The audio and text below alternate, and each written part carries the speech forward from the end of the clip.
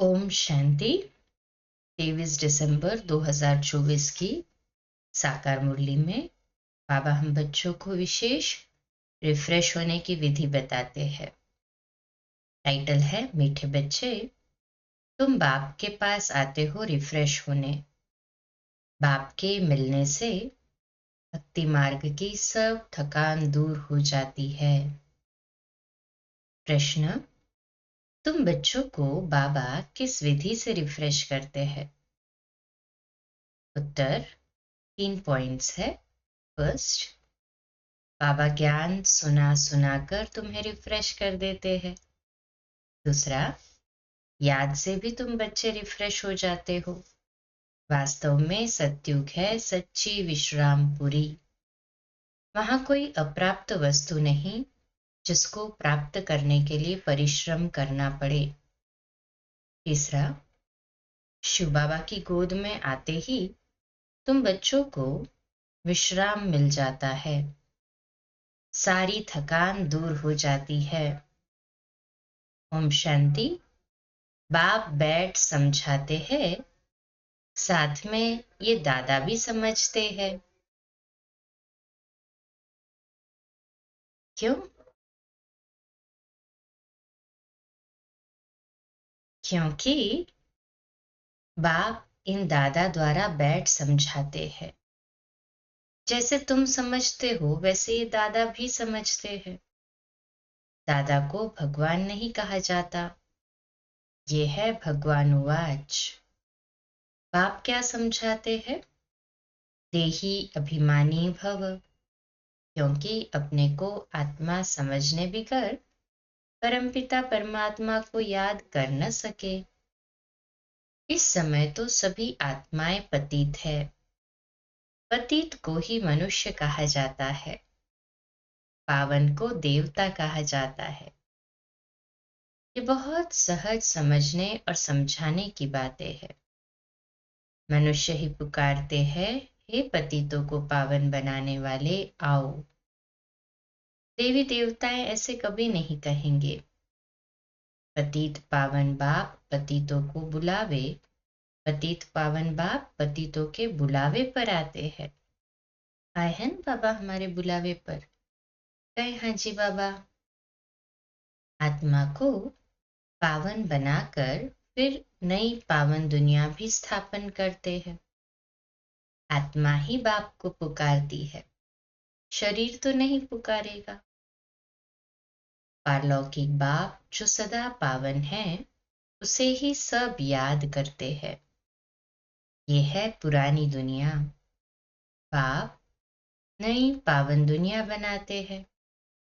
कई तो ऐसे भी है जो कहते हैं हमको तो यहाँ ही अपार सुख है, धन माल बहुत है। वह समझते हैं हमारे लिए स्वर्ग यही है।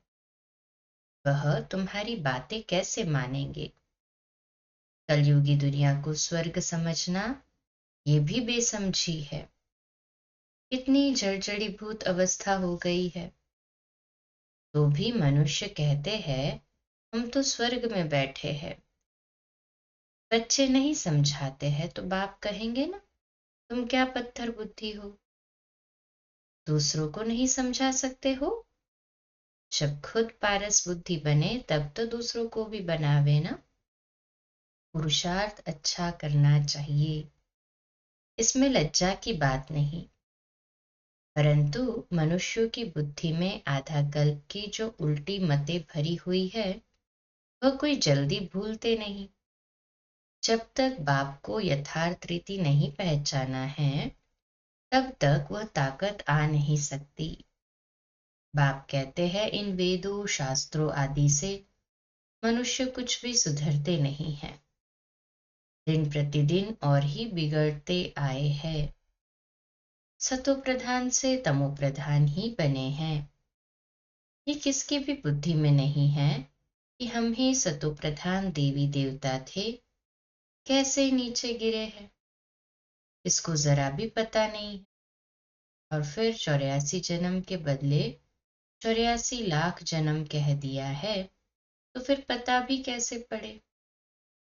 बाप बिगर ज्ञान की रोशनी देने वाला कोई नहीं।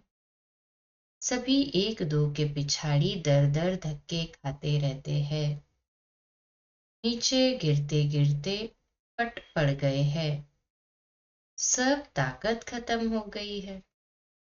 बुद्धि में भी ताकत नहीं जो बाप को यथार्थ जान सके। बाप ही आकर सबकी बुद्धि का ताला खोलते हैं।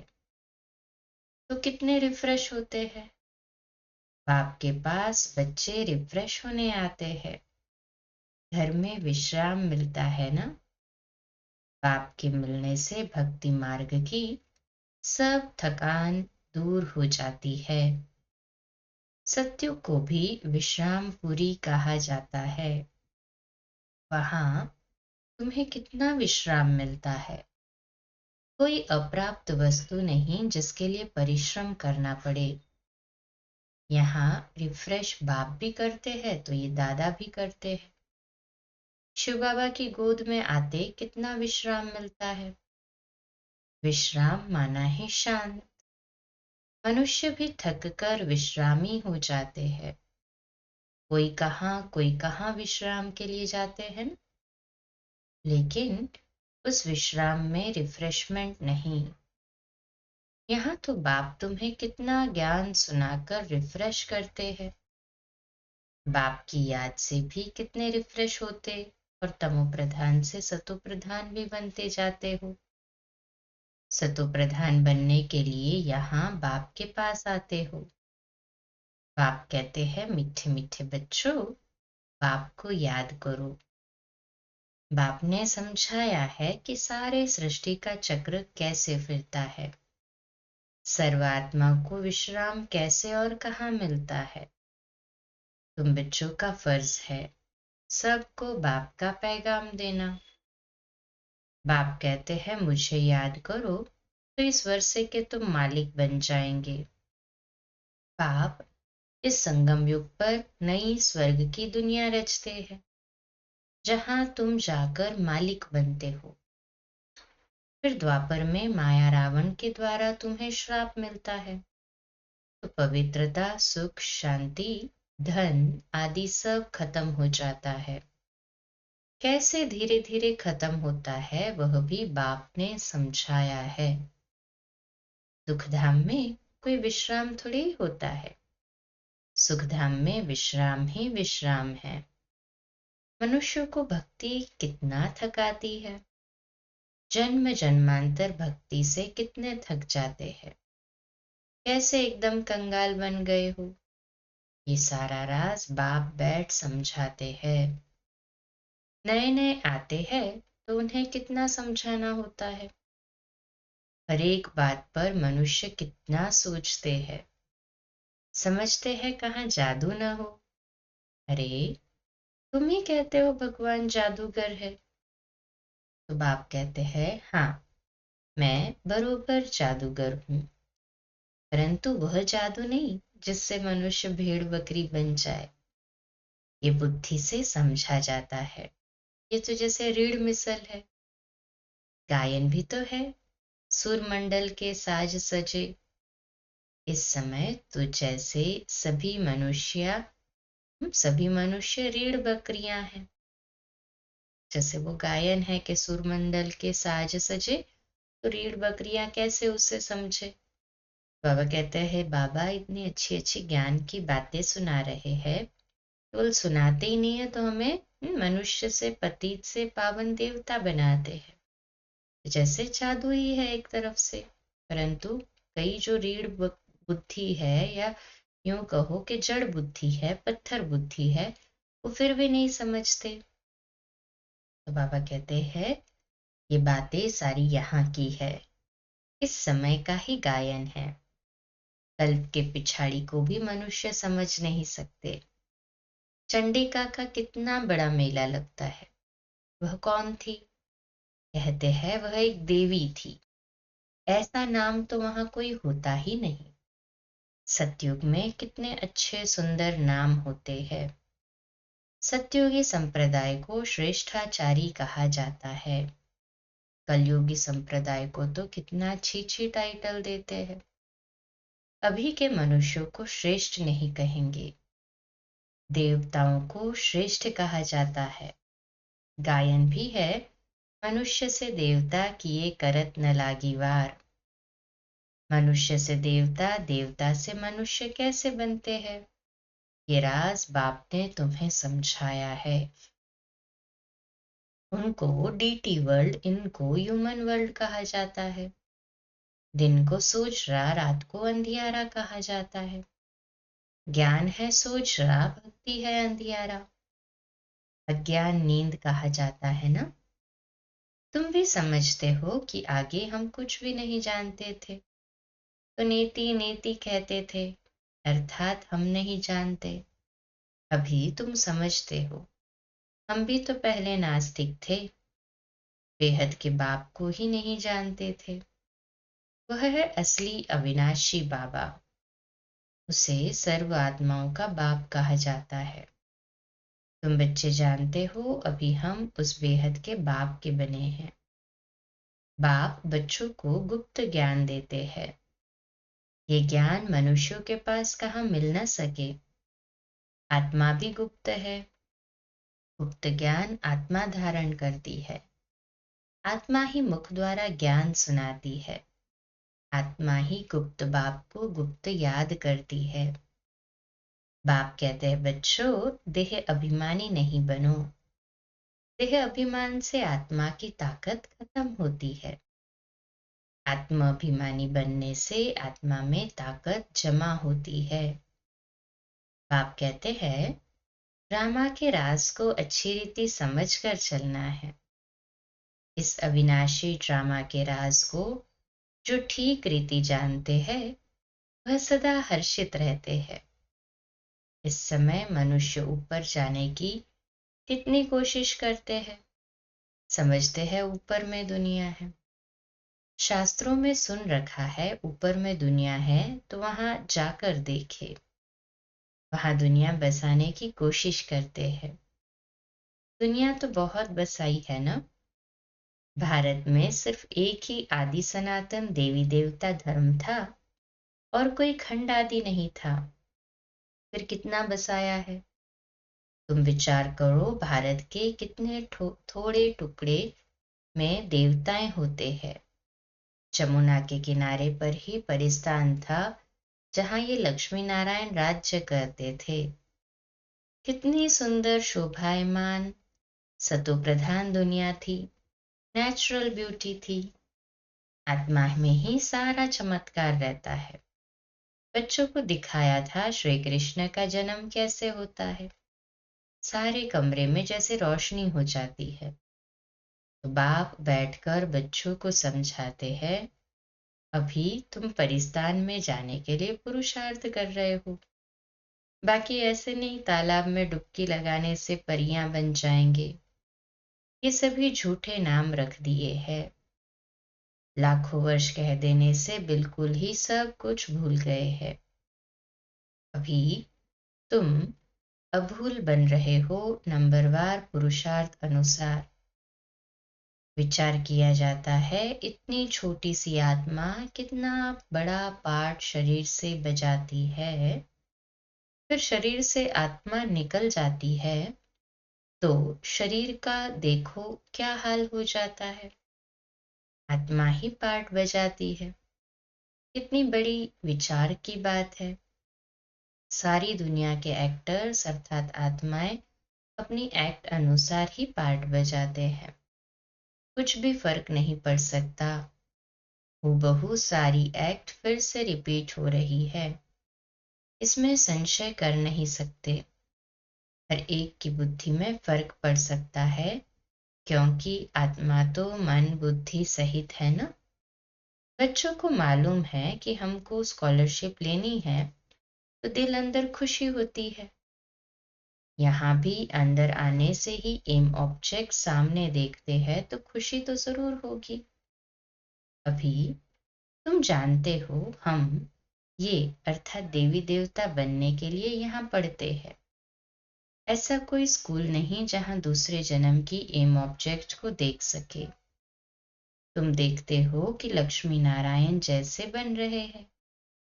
अभी हम संगम युग पर है, जो भविष्य में इन जैसा लक्ष्मी नारायण बनने की पढ़ाई पढ़ रहे हैं। कितनी गुप्त पढ़ाई है। एम ऑब्जेक्ट को देख कितनी खुशी होनी चाहिए। खुशी का पारावार नहीं। स्कूल व पाठशाला हो तो ऐसी है, कितनी गुप्त परंतु जबरदस्त पाठशाला है। जितनी बड़ी पढ़ाई उतनी ही फैसिलिटीज रहती है, परंतु यहाँ तुम पट पर बैठ पढ़ते हो। आत्मा को पढ़ना होता है, फिर चाहे पट पर बैठे चाहे तख्त पर, परंतु खुशी से खग्गियां मारते रहते हो कि इस पढ़ाई को पास करने बाद जाकर ये बनेंगे, देवी देवता बनेंगे। ये कभी संकल्प न स्वप्न में सोचा था और वो बनेंगे। अभी तुम बच्चों को बाप ने आकर अपना परिचय दिया है कि मैं इनमें अर्थात ब्रह्मा में कैसे प्रवेश कर तुम्हें पढ़ाता हूँ। बाप देवताओं को तो नहीं पढ़ाएंगे ना। देवताओं को तो ये ज्ञान कहाँ। मनुष्य तो मूंझते हैं, क्या देवताओं में ज्ञान नहीं है। देवताएं ही इस ज्ञान से देवता बनते हैं। देवता बनने के बाद फिर ज्ञान की क्या दरकार है। लौकिक पढ़ाई से बैरिस्टर बन गया, कमाई में लग गया, फिर बैरिस्ट्री पढ़ेंगे क्या। अच्छा, मीठे मीठे सिकिलदे बच्चों प्रति माता पिता बाप दादा का याद प्यार और गुड मॉर्निंग। रूहानी बाप की रूहानी बच्चों को नमस्ते। हम रूहानी बच्चों के रूहानी माता पिता बाप दादा को याद प्यार गुड मॉर्निंग और नमस्ते। वाह बाबा वाह, शुक्रिया बाबा, शुक्रिया। धारणा के लिए मुख्य सार है, पहली पॉइंट, अविनाशी ड्रामा के राज को यथार्थ समझ हर्षित रहना है। इस ड्रामा में हर एक एक्टर का पार्ट अपना अपना है, जो हूबहू बजा रहे हैं। दूसरी पॉइंट, एम ऑब्जेक्ट को सामने रख खुशी में खग्गियां मारनी है। बुद्धि में रहे हम इस पढ़ाई से ऐसा लक्ष्मी नारायण बनेंगे। आज का मीठा वरदान, याद और सेवा के शक्तिशाली आधार द्वारा तीव्र गति से आगे बढ़ने वाले मायाजीत भव। तो आज का स्वमान, मैं मायाजीत आत्मा हूँ। मैं मायाजीत आत्मा हूँ। विश्लेषण, ब्राह्मण जीवन का आधार याद और सेवा है। ये दोनों आधार सदा शक्तिशाली हो तो तीव्र गति से आगे बढ़ते रहेंगे। अगर सेवा बहुत है याद कमजोर है, व याद बहुत है सेवा कमजोर है, तो भी तीव्र गति नहीं हो सकती। याद और सेवा दोनों में तीव्र गति चाहिए। याद और निस्वार्थ सेवा साथ साथ हो तो मायाजीत बनना सहज है। हर कर्म में कर्म की समाप्ति के पहले सदा विजय दिखाई देगी। स्लोगन है, इस संसार को अलौकिक खेल और परिस्थितियों को अलौकिक खिलौने के समान समझकर चलो। आज का अव्यक्त इशारा है, सबसे सहज सदा संतुष्ट रहने की विधि है, अपने सामने सदा कोई न कोई विशेष प्राप्ति रखो। बाप से क्या क्या मिला, कितना मिला, अपनी प्राप्तियों को देखो। ज्ञान के खजाने की प्राप्ति कितनी है, योग से शक्तियों की दिव्य गुणों की प्राप्तियां कितनी है, प्रैक्टिकल नशे में खुशी में रहने की प्राप्तियां कितनी है। कभी कोई प्राप्ति को सामने रखते हुए संतुष्ट रहो। अच्छा, कम बोलो, धीरे बोलो, मीठा बोलो, सत्य बोलो, सोच समझकर बोलो। निमित्त भाव, निर्माण भाव, निर्मल वाणी। आज का नया दिन आप सभी को मुबारक हो, मुबारक हो, मुबारक हो। शुभ दिवस। ओम शांति।